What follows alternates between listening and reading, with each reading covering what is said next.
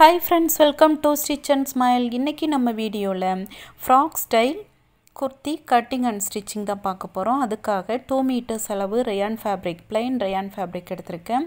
இது teenage girlக்கான measurementல cut பண்ணி stitch பண்ண போறோம். ஓகே, இப்போ first இதனுடைய top portion வந்து கட் பண்ணி தனியா எடுத்துக்கலாம். துணியை 4ஆ fold பண்ணி வச்சிருக்கேன். ஓகே, இப்போ இதனுடைய top portion உடைய height பாத்தீங்கன்னா 15 inchesல மார்க் பண்ணி இத கட் பண்ணி எடுத்துக்கிறேன். இது ஃபுல்லா plain fabric அப்படிங்கறனால இந்த டாப் போர்ஷன்ல நம்ம டக்ஸ் பின் டக்ஸ் வந்து யூஸ் பண்ண போறோம். ஓகே, அது எப்படி ஸ்டிட்ச் பண்றதுன்னு பார்க்கலாம். இப்போ நான் டாப் போர்ஷன் கட் பண்ணிட்டேன். துணியை 4ஆ fold பண்ணிருக்கேன். இப்போ இந்த folding side இருக்கு இல்லையா, இந்த folding sideல 2.5 inches neck widthம் 3 inches shoulderம் மார்க் பண்ணிருக்கேன்.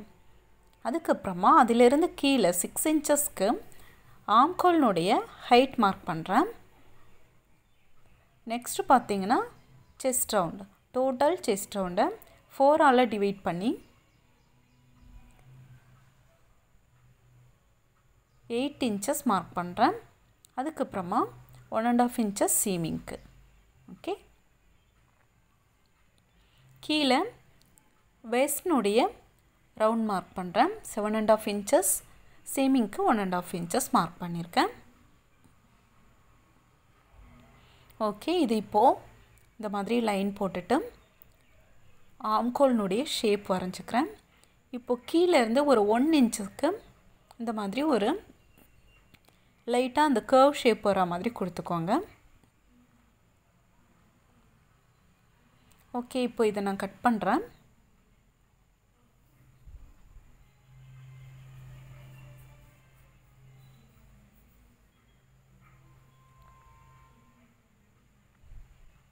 பாருங்க, இப்போ கட் பண்ணிட்டோம். நெக்ஸ்ட் இதுல நெக்கினுடைய ஹைட் 4 inches எடுத்துர்க்கேன். front and back வந்து ஒரே ஹைட்ல நான் மார்க் பண்றேன். ஓகே, இப்போ neck லைனும் கட் பண்ணிடுறேன்.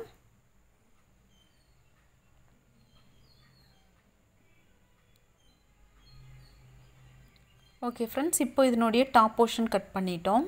நெக்ஸ்ட் பாத்தீங்கன்னா 17 inches ஹைட்ல 14 inches அளவு widthல நான் ஒரு பீஸ் எடுத்து வச்சிருக்கேன். இந்த பீசஸ் வந்து நான் ஆல்ரெடி சொன்னேன் இல்லைங்களா, அந்த பின் டக்ஸ் நம்ம ரெடி பண்றதுக்காக. இது எப்படி பண்றதுன்னு அடுத்து பார்க்கலாம். ஓகே, இப்போ நெக்ஸ்ட் வந்து நம்ம இப்போ டாப் போர்ஷன் கட் பண்ணிட்டோம். இதனுடைய அந்த பாட்டம் போர்ஷன் ஸ்கர்ட் போர்ஷனுக்கு ரெண்டு பீஸ், ஃப்ரண்ட்டுக்கு ஒரு பீஸ், பேக்குக்கு ஒரு பீஸ் வந்து தேவைப்படுது. ஸோ இந்த ரெண்டு பீசஸ் நான் எடுத்து வச்சிருக்கேன். இதனுடைய width பார்த்தீங்கன்னா 41 inches எடுத்திருக்கேன். ஓகே, இதனுடைய width 41 inches எடுத்திருக்கேன். ஹைட் பார்த்தீங்கன்னா 22 inches எடுத்திருக்கேன். 21 inches வந்து ஹைட், 1 inch வந்து ஃபோல்டிங்க்கு ஜாயின் பண்றதுக்கும் நான் வந்து ஆட் பண்ணிருக்கேன். ஓகே, ரெண்டு பீசஸ் எடுத்திருக்கேன். நெக்ஸ்ட் பாருங்க, நம்ம ஸ்லீவ் கட் பண்ண போறோம். 15 inches ஹைட்டும் 8.5 inches widthம் எடுத்திருக்கேன். துணியை 4ஆ fold பண்ணிருக்கேன். இப்போ மேலே டாப்ல இருந்து 3 inches மைனஸ் பண்ணி இந்த மாதிரி ஸ்லீவ் நுடைய ஷேப் வரைஞ்சுக்கிறேன். கீழ மேலே எவ்வளோ அதாவது width கொடுத்திருக்கோமோ அதே அளவு கீழேயும் கொடுக்கிறேன். 8.5 inches கொடுத்திருக்கேன். ஏனா இது கீழ வந்து பாத்தீங்கன்னா நம்ம எலாஸ்டிக் வெச்சு ஸ்டிட்ச் பண்ண போறோம் ஸ்லீவுக்கு. ஓகே, இப்போ இத கட் பண்ணிடுறேன். அவ்வளவுதான், ரொம்பவே சிம்பிளா கட்டிங் வந்து முடிஞ்சது. இதை எப்படி ஸ்டிட்ச் பண்றதுன்னு பார்க்கலாம் வாங்க. இப்போ அந்த ப்ளைனா பின் டக்ஸ்க்காக ஒரு பீஸ் வந்து கட் பண்ணி வச்சோம் இல்லையா, அதுல நான் வந்து டக்ஸ் வந்து ஸ்ட்ரைட்டா அதாவது ஸ்கொயர் மாதிரி கொடுக்கிறேன். நான் கிராஸ் வந்து டைமண்ட் ஷேப்ல கொடுக்கல. சோ ஸ்ட்ரைட்டா இந்த மாதிரி டக்ஸ் வந்து ஸ்டிச் பண்ணிக்கிறேன்.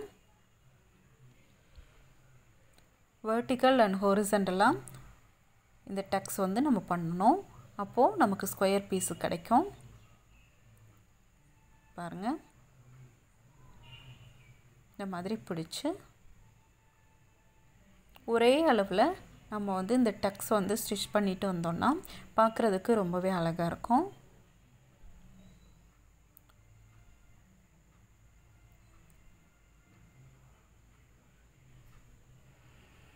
ஓகே, இந்த மாதிரி ஃபுல்லாக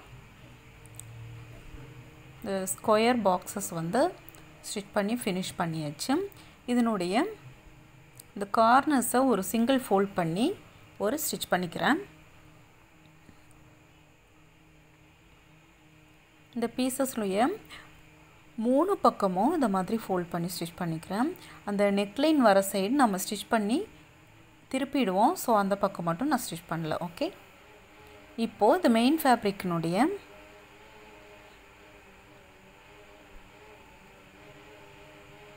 நல்ல பக்கமும் இந்த நம்ம டக்ஸ் வச்சுருக்கிற துணியினுடைய நல்ல பக்கமும் ஒரே மாதிரி இருக்க மாதிரி ப்ளேஸ் பண்ணியிருக்கேன். இப்போது துணியை நான் உள்பக்கமாக, அதாவது ஃபேப்ரிக்கினுடைய ரிவைஸ் சைடுக்கு திருப்பிக்கிறேன். ஏன்னா அப்போ தான் நம்ம அந்த நெக்லைன் வந்து கட் பண்ணியிருக்கிறது தெரியும். ஸோ திருப்பிட்டு அந்த நெக்லைனில் நான் ஸ்டிச் பண்ணிக்கிறேன். பண்ணதுக்கப்புறமா எக்ஸஸாக இருக்கிற ஃபேப்ரிக்கை கட் பண்ணி ரிமூவ் பண்ணிவிட்டு நாச்சஸ் போட்டு அந்த துணியை அப்படியே நான் திருப்பி விட்டுக்கிறேன். இப்போது இந்த உள்பக்கத்தில் இருந்த அந்த துணி நல்ல பக்கத்துக்கு டர்ன் பண்ணிட்டோம்.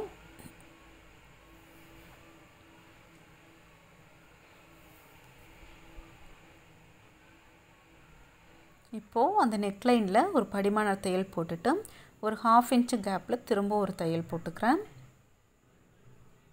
இப்போது மீதம் இருக்கிற அந்த 3 பக்கத்தையும் இந்த மெயின் ஃபேப்ரிக்கும் இந்த பீஸையும் சேர்த்து வச்சு ஒரு தையல் போட்டுக்கிறேன்.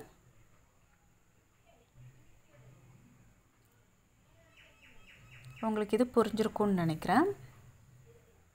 நம்ம இந்த பின்டக்ஸ் வச்ச துணியை உள்பக்கமாக ப்ளேஸ் பண்ணியிருந்தோம். ப்ளேஸ் பண்ணி நெக்லைன் வந்து ஸ்டிச் பண்ணிவிட்டு அப்படி இதை நல்ல பக்கத்துக்கு திருப்பி விட்ருக்கோம். அவ்வளோதான். நம்ம லைனிங் வச்சு எப்படி ஸ்டிச் பண்ணுவோமோ அதே மெத்தட் தான் இது. ஓகே, இப்போ நான் ஃபுல்லாக ஃபினிஷ் பண்ணிட்டேன். நான் ஆல்ரெடி பேக் சைடு நெக்லைனும் க்ராஸ் பீஸ் வச்சு ஸ்டிச் பண்ணிட்டேன். ஓகே, இப்போது ஃப்ரண்ட் அண்ட் பேக் ரெண்டையும் சேர்த்து ஷோல்டர் ஜாயின் பண்ணிக்கிறேன். ஒரு 1/2 இன்ச்சு கேப்பில் ஷோல்டர் ஜாயின் பண்ணிட்டேன்.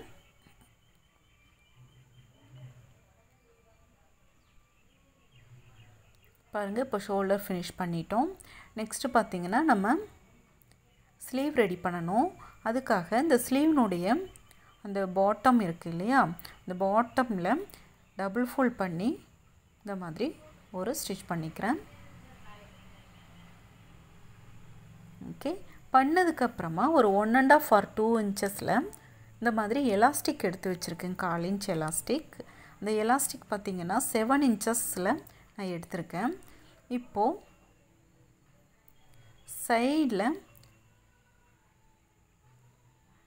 ஒரு 3 இன்ச்சஸ் விட்டுட்டு இந்த எலாஸ்டிக்கை ப்ளேஸ் பண்ணி அதனுடைய ஒரு பக்கத்தில் தையல் போட்டுகிட்டே வரேன். தையல் போடும்போது இந்த எலாஸ்டிக்கை நல்லா இழுத்து தையல் போட்டுக்கிறேன்.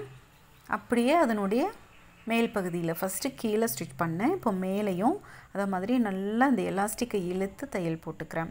இந்த மாதிரி தையல் போடும்போது நமக்கு இந்த கேதரிங்ஸ் வந்து கிடைக்கும். பாருங்கள், இந்த மாதிரி ஸ்லீவ் ரெடி பண்ணிட்டோம். இன்னொரு ஸ்லீவையும் சேம் இதே மெத்தடில் ஃபினிஷ் பண்ணி வச்சுருக்கேன்.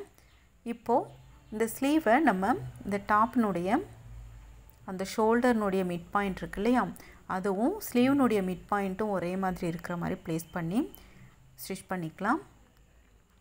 ஒரு 1/2 இன்ச்சு கேப்பில் தையல் போட்டுகிட்டே வரேன்.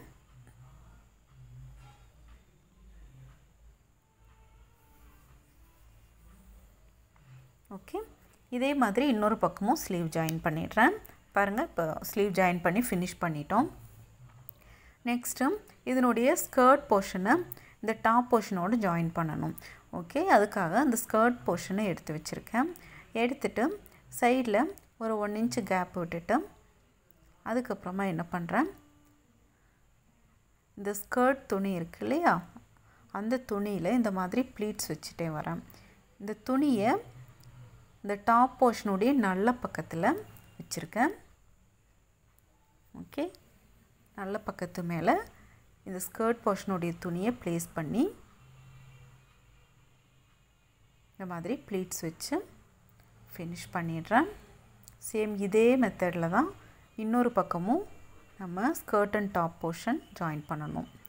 நெக்ஸ்ட்டு சைடு ஜாயின் பண்ணிக்கலாம். ஸ்லீவில் இருந்து இந்த பாட்டம் வரைக்கும் தையல் போட்டுக்கலாம். நம்ம சீமிங்க்கு எவ்வளோ விட்டுருக்கோமோ அதே அளவு சைடில் விட்டுட்டு ஸ்டிச் பண்ண ஆரம்பிக்கலாம். இந்த ஸ்கர்ட் போர்ஷன் வரும்போது நம்ம ஒரு 1/2 இன்ச் மட்டும் துணி விட்டுடலாம். ஓகே, இதே மாதிரி 2 பக்கமும் ஃபினிஷ் பண்ணி பாட்டம் வந்து டபுள் ஃபோல்ட் பண்ணி ஸ்டிச் பண்ணிக்கிறேன். அவ்வளோதான். ரொம்பவே சிம்பிளாக அழகாக ஒரு frock style kurti cutting and stitching பார்த்தோம். இது பார்த்திங்கன்னா 2 மீட்டர்ஸ் அளவுக்கு நம்ம துணி எடுத்திருக்கோம். 1 மீட்டர் பார்த்திங்கன்னா 100 to 150 தான் வரும். இது வந்து நான் 110 ருபீஸ்க்கு வாங்கினேன்.